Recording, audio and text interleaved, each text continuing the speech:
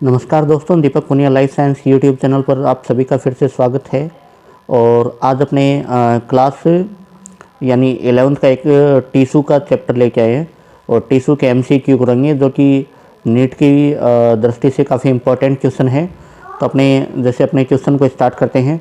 First one question है कि outer protective layer पेरिड्रम include.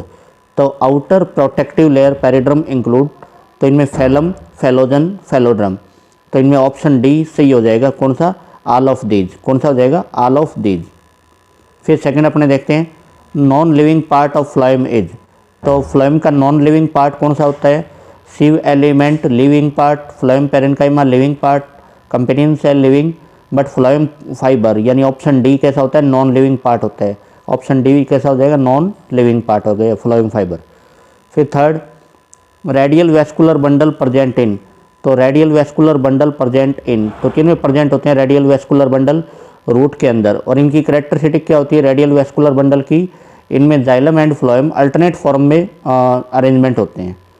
फिर अपने क्वेश्चन नंबर 4 देखें conjoint collateral open vascular bundle present in. तो इनमें ऑप्शन ए सही हो जाएगा, यानी डाइकोट स्टेम में। किस में प्रेजेंट होते हैं? डाइकोट स्टेम में। और ओपन इसलिए क्योंकि इनके मिड में क्या प्रेजेंट होती है? कैम्बियम प्रेजेंट होती है। और जैसे अपने देखें मोनोकोट स्टेम, तो मोनोकोट स्टेम में होते हैं कंजॉइंट कोलेट्रल कलर टाइप के वैस्कुलर बंडल होते हैं।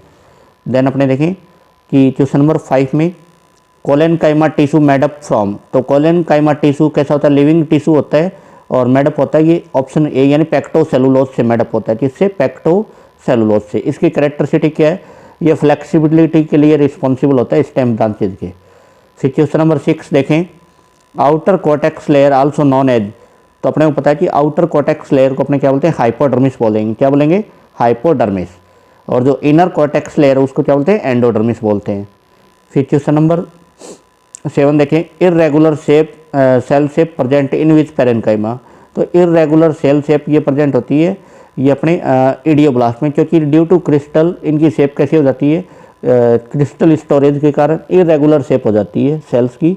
तो अपने इनको क्या बोलते हैं? पेरेन्काइमेटस सेल को इडियोब्लास्ट बोलेंगे। क्या बोलेंगे? इडियोब्लास्ट। Option D. फिर a food synthesis in which part of plant. तो फूड का सिंथेसिस कौन से पार्ट में होता है? प्लांट के लीफ पार्ट में। कौन से पार्ट में होता है? लीफ में। और लीफ पार्ट से ये फ्लोएम के थ्रू ट्रांसपोर्ट होते हैं रूट और स्टेम में। 9 study of tissue refer to branch. तो study of tissue refer to होता है हिस्टोलॉजी से। किससे रिलेटेड होती है? हिस्टोलॉजी से। अब इनमें भी ऑप्शन है जैसे एनाटॉमी। तो एनाटॉमी क्या होता है? Internal study of plant. क्या होता है? Internal study of. और फिर मॉर्फोलॉजी एक्सटर्नल स्टडी होती है प्लांट की। और जैसे फिजियोलॉजी, तो फिजियोलॉजी मेटाबॉलिक एक्टिविटीज आ जाएंगी। ए ब्रांच ऑफ टैक्सोनॉमी। तो branch of taxonomy deal with the study of, यानी ये आइडेंटिफिकेशन से भी रिलेटेड होती है, नोमेनक्लेचर से भी होती है, क्लासिफिकेशन से भी होती है, एंड रिलेशन ऑफ एफिनिटीज, यानी इन सभी से रिलेटेड होती है, चारों से ही। फिर अपने देखें smallest unit of taxonomic category. तो स्मॉलेस्ट यूनिट कौन सी होती है टैक्सोनॉमिक कैटेगरी की? स्मॉलेस्ट यूनिट होती है स्पीशीज। कौन सी होती है? स्पीशीज होती है। और जो लार्जेस्ट यूनिट होती है टैक्सोनॉमी की वो होती है किंगडम। कौन सी होती है? किंगडम होती है टैक्सोनॉमिक कैटेगरी की। और इनमें जो ईच यूनिट है उनको अपने टैक्सोन बोलते हैं। क्या बोलते हैं? टैक्सोन। फिर देखिए a group of cell similar in origin and function related to, अपने क्या बोलेंगे? ऑप्शन बी यानी टिश्यू बोलते हैं। क्या बोलते हैं? टिश्यू। और टिश्यू के भी टाइप्स पता है, 2 टाइप्स के होते हैं, मेरिस्टेमेटिक टिश्यू और सेकंड होता है परमानेंट टिश्यू। फिर देखते हैं tylosis formation in which part of xylem. तो टाइलोसिस फॉर्मेशन होता है जाइलम वेसल्स पार्ट में। कौन से पार्ट में? यानी जाइलम वेसल्स पार्ट में सैक लाइक स्ट्रक्चर फॉर्मेशन हो जाता है जो वाटर कंडक्शन को क्या करती है, यानी बैरियर फॉर्मेशन करती है वाटर कंडक्शन में। फिर देखते हैं यानी ऑप्शन ए हो जाएगा 13 में। फिर 14 में calcium carbonate crystal present in which cell. तो ये प्रेजेंट होती है लिथोसाइट सेल में। कौन सी सेल्स में? लिथोसाइट सेल्स में। फिर 15 calcium oxalate crystal present in which cell. ये रैफिड्स में प्रेजेंट होते हैं। ऑप्शन ए यानी रैफिड्स में प्रेजेंट होते हैं। फिर non living thick tissue refer to. तो नॉन लिविंग थिक टिश्यू ये होता है स्क्लेरेन्काइमा में। ऑप्शन सी आ जाएगा। किन में? Option C sclerenchyma. फिर in stelar region which cambium are present. तो स्टिलर रीजन में कैम्बियम प्रेजेंट होती है, वेस्कुलर कैम्बियम, फेसिकुलर, इंटरफेसिकुलर। तो ऑप्शन डी आ जाएगा all of these cambium present in stelar region. तो लिविंग पार्ट ऑफ जाइलम, तो अपने को पता है कि जाइलम का लिविंग पार्ट कौन सा है? Xylem parenchyma. कौन सा पार्ट है? Xylem parenchyma. जबकि ट्रैकिड्स, वेसल्स एंड फाइबर ये नॉन लिविंग पार्ट है। Which part absent in root, तो ऑप्शन क्या जाएगा सी, यानी क्यूटिकल अपसेंट होती है रूट में। Trichome related to plant part, तो ट्राइकोम मल्टीसेलुलर स्ट्रक्चर है, किन प्रेजेंट होती है स्टेम में। फिर in plant summer season growth ring are form, कौन सी होती है बेटा स्प्रिंग वुड या अर्ली वुड फॉर्मेशन होती है। सेकेंडरी ग्रोथ प्रेजेंट इन, तो सेकेंडरी ग्रोथ प्रेजेंट होती है डाइकोट रूट में भी प्रेजेंट होती है, डाइकोट स्टेम में भी प्रेजेंट होती है और जिम्नोस्पर्म में भी प्रेजेंट होती है, यानी ऑप्शन डी आ जाएगा all of these.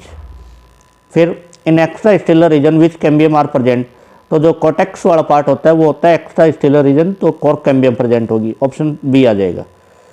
A flexibility of stem branches due to which tissue, तो इनमें ऑप्शन बी आ जाएगा कोलेनकाइमा, ऑप्शन बी यानी कोलेनकाइमा।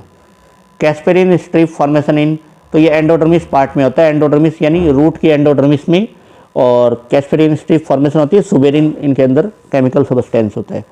फिर अपने देखें कि यानी ऑप्शन 25 में ए आ जाएगा, क्वेश्चन 25 में option A. Stone cell found in, ये पियर्स में प्रेजेंट होती है, गुआवा में प्रेजेंट होती है, एयर भी दोनों ऑप्शन सही है। कॉर्टिकल फाइबर प्रेजेंट इन, तो कॉर्टिकल फाइबर प्रेजेंट होते हैं ऑप्शन ए यानी बनाना में। लेटेक्स ऑब्टेन्ड फ्रॉम, तो लेटेक्स रबड़ प्लांट यानी दोनों ही हैं, फाइकस इलास्टिका इंडियन रबड़ plant and hevea brasiliensis international रबड़ प्लांट, तो ऑप्शन सी आ जाएगा बोथ ऑफ दिस से लेटेक्स ऑब्टेन होता है। A tissue organisation first time occur in, तो फर्स्ट टाइम ऑप्शन सी आ जाएगा सिलेंटेटा, किसमें सिलेंटेटा में। फिर रेटिकुलेट विनेशन फाउंड इन, तो रेटिकुलेट विनेशन डाइकोट लीफ में प्रेजेंट होती है, डोर्सोवेंट्रल में प्रेजेंट होती है, तो ऑप्शन सी आ जाएगा both of these. In exarch condition position of protoxylem, तो एक्सार्च में क्या होता है, प्रोटोजाइलम पेरिफेरल होता है, मेटाजाइलम सेंट्रल होता है, यानी ऑप्शन ए आ जाएगा। और एक्सार्च प्रेजेंट होता है रूट के अंदर। एंडार्च प्रेजेंट होता है स्टेम में, तो एंडार्च में प्रोटोजाइलम प्रेजेंट होता है कहाँ पे सेंट्रल, प्रोटोजाइलम सेंट्रल हो जाएगा, जो कि मेटाजाइलम पेरिफेरल हो जाएगा, ऑप्शन ए आ जाएगा central protoxylem. A study of internal structure of plant related to plant anatomy, option A plant anatomy. If the sap wood may be destroy, तो sap wood destroy होगा तो water conduction affected होगा, तो plant में भी die, क्या हो जाएगा प्लांट में भी डाई, ऑप्शन ए। फिर 35 में देखें in central axis of stem में be with type of wood, तो हार्ट वुड आती है सेंटर में, कौन सी आ जाएगी हार्ट वुड, और ये डार्क होती है, कैसी होती है कलर में डार्क होती है। Option question number 36 a water transportation from root to shoot which method use, तो इनमें ascent of sap method use आता है, कौन सा आता है एसेंट ऑफ सैप, और किसके थ्रू जाइलम के थ्रू, ऑप्शन ए 36 में option A. Water and mineral absorb by the plant from soil with the help of, तो वाटर और मिनरल जो सॉइल से एब्जॉर्वेशन होता है किसके थ्रू होता है root hair, root hair present होते हैं रूट पे, यानी यूनिसेलुलर है तो रूट एयर, ऑप्शन ए आ जाएगा 37 में ऑप्शन ए। फिर अपने देखें 38 में lenticel present in which part of plant, तो लेंटिकल प्रेजेंट होते हैं स्टेम और फ्रूट वॉल पे, यानी ऑप्शन डी आ जाएगा बी एंड सी, और गैसियस एक्सचेंज में हेल्पफुल होते हैं। Hadrome word also related to, hadrome related होता है जाइलम से, ऑप्शन ए। लेप्टोम रिलेटेड होता है फ्लोएम से। Dendrochronology related to study of plant age, किससे रिलेटेड होती है पादप की आयु, प्लांट एज से रिलेटेड होती है डेंड्रोक्रोनोलॉजी।